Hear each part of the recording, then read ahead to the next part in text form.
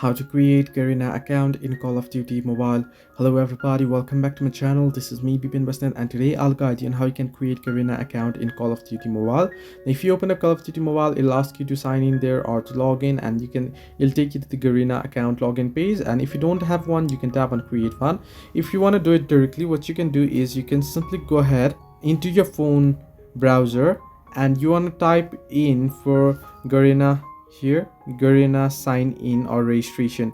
You can type in Garena sign up as well, and you can see registration link there down below. The second link, you want to simply tap on it and it'll ask you for username, password. Fill in all these details and then tap on register now, and your account will get registered easily. Once you get registered, now you can use this on your Call of Duty application and open it up, open the game and log in using the very account that you created, and you'll be able to enjoy the game. So this way you can create Garena account in Call of Duty Mobile, or you can create the Garena account. Hope this helped you. Do like and subscribe, and do not forget to leave a comment down below if you have any further issues.